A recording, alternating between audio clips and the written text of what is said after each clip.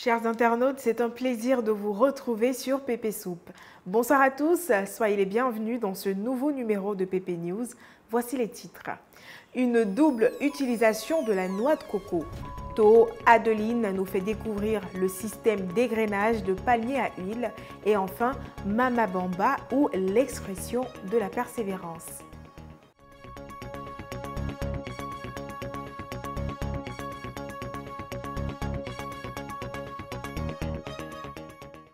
Je vous emmène à Adiaké, une ville située au sud-est de la Côte d'Ivoire, à la rencontre de Zongo Barakissa en pleine collecte de peaux de noix de coco qu'elle dit utiliser comme combustible. Rappelons que cette localité abrite une grande partie de producteurs de noix de coco de Côte d'Ivoire.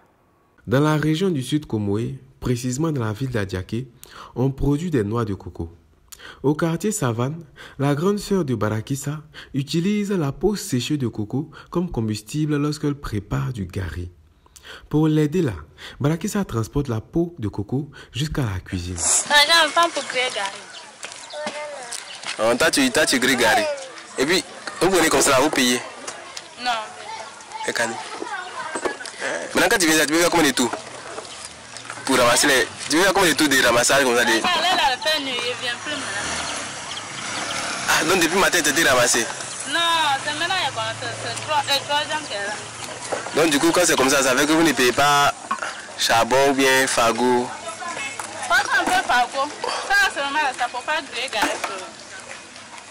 Tu mets ça là un peu, tu mets un peu de fagot. Comme ça là. Ce n'est sûrement pas le meilleur combustible qui soit, mais bon, ça aide. On l'ajoute au bois pour économiser un peu.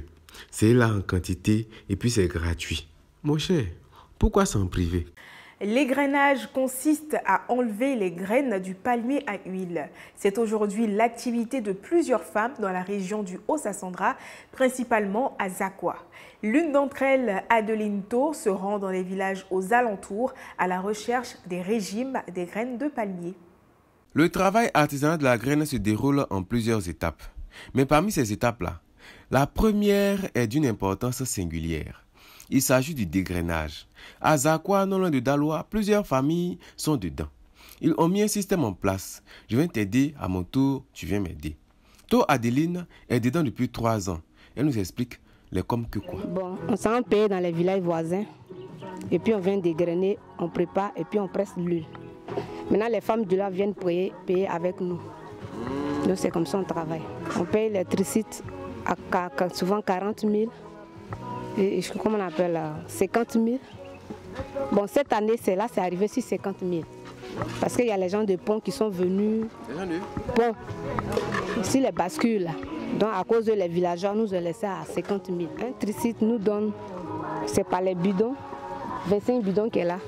Si tu as 20 tricites, tu peux avoir 7 bidons. Au moins, s'il a bien rempli, tu peux avoir les 8 bidons, faire une barrique. D'autres femmes sont en train de faire kabakou, d'autres femmes prennent pour aller vendre dans les marchés. Voilà, on fait les sauces, on fait bien. Il y a d'autres huiles même, on fait ça bien propre. C'est ça les femmes s'en prennent pour vendre au marché. Les autres là, c'est pour faire kabakou, elle dit de les laisser un peu pourri pour que l'huile la sorte bien.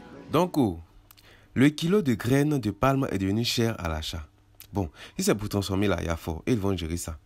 Mais les produits finis, eux aussi, achetés moins cher qu'auparavant. Est-ce que ça veut dire que le secteur de l'huile rouge là-haut, c'est en train de s'essouffler? Terminons au marché de Touba sur l'étal de Mama Bamba, vendeuse d'oignons. Par faute de moyens, elle procède par l'octroiement d'un prêt chez le vendeur afin d'acheter sa marchandise. La commerçante prend le sac à crédit au prix de 20 000, le revend, puis rembourse son créancier après la vente. Façon payer les durs là, si tu ne te débrouilles pas pour faire quelque chose de toi-même, c'est sûr que tu ne vas pas gagner ton pain. En tout cas, nous sommes au marché de Touba avec maman Bamba Mama. Elle là, elle voulait faire le commerce, mais elle n'avait pas d'argent pour entamer. Ça n'a pas démarré.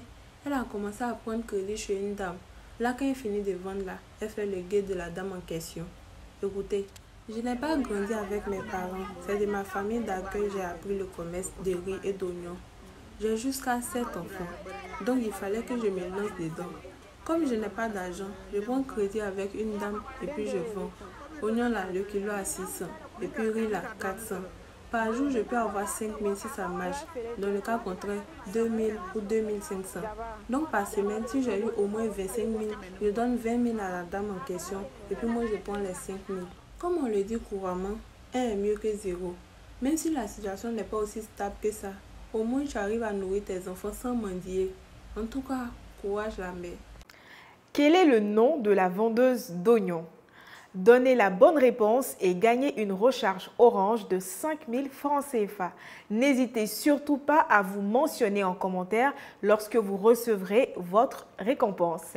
Point final à cette édition d'information. Merci de l'avoir suivi. L'information continue sur ppsoup.com.